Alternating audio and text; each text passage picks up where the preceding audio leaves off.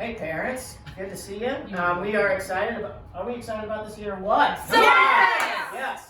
And we've got a lot of information that we would like to share with you today.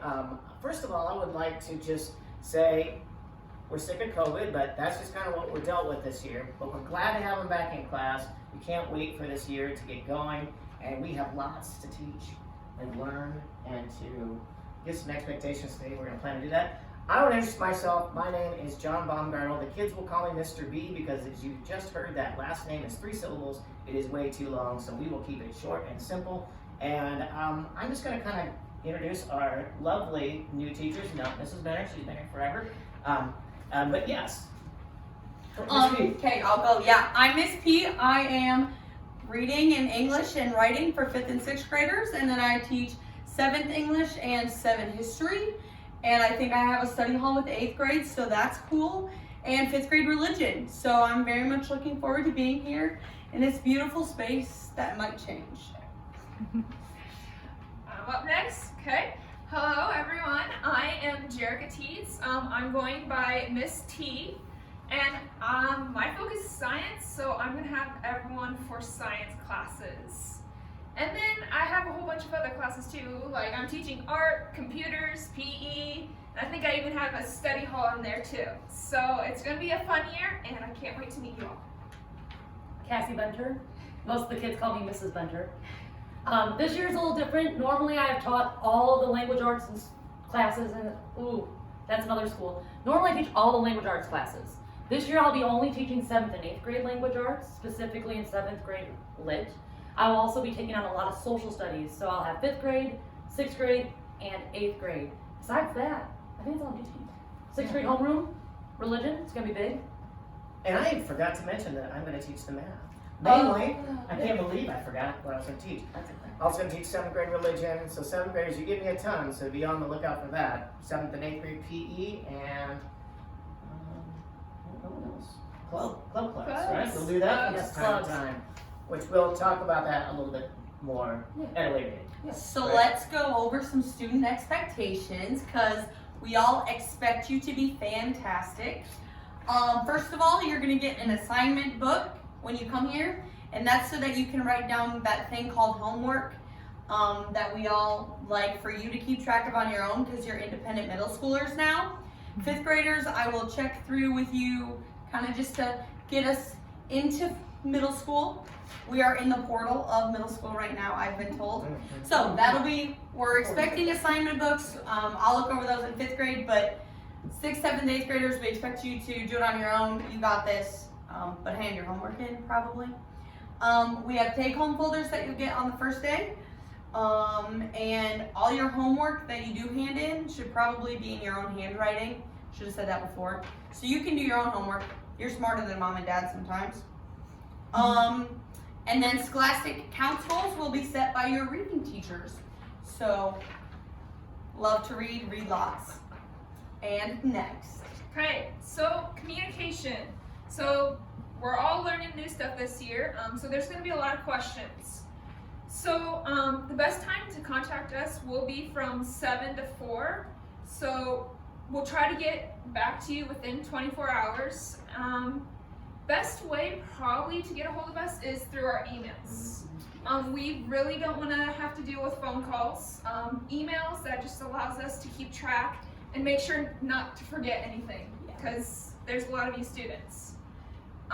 Also, if a student has a question on any math or any of that, you can come in before school, during recess, or even after school. And study hall. Study hall. Oh wait, I said after school twice. That's Thanks. All right. And I think that's really all we have for sort of the parent-teacher communication. Yes.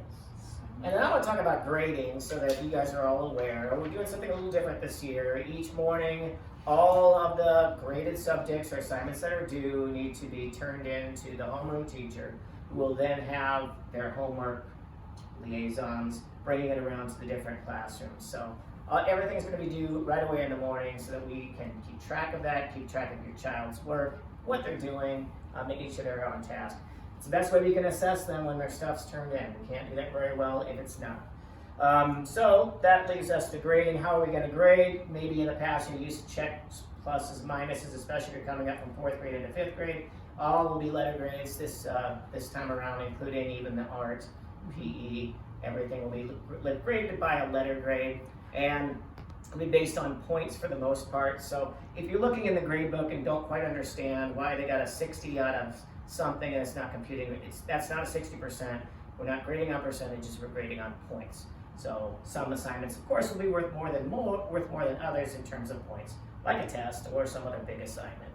And just to keep you guys in the loop, parents, students, progress reports, I think this was done last year, are going to be given to the students every Monday starting August 17th so that they can know just how they're doing. There's no surprises. We don't like surprises, and we know you as parents don't like to see surprises either. And please also, if something gets put in the grade book incorrectly, like it was 100 points, we put 10 in because we forgot that extra 0 because we're human. Just please let us know. We would be more than willing to help out, work with you, because that's what we're here for. We're a team with you parents, you students, and us. The last thing we're going to talk about is something I'm so excited about.